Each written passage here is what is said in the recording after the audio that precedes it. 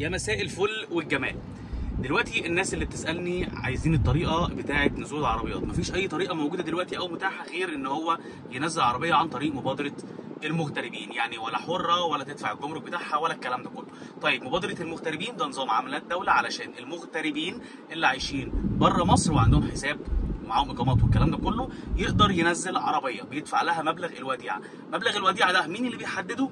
الابلكيشن اسمه سيارات المغتربين بالخارج. اي حد عايز يعرف المبلغ بتاع الوديعه بينزل الابلكيشن ده، بيحط مواصفات العربيه اللي هو عايز ينزلها. الابلكيشن هيقول له الرسوم بتاعه نزول العربيه دي قد ايه بالدولار.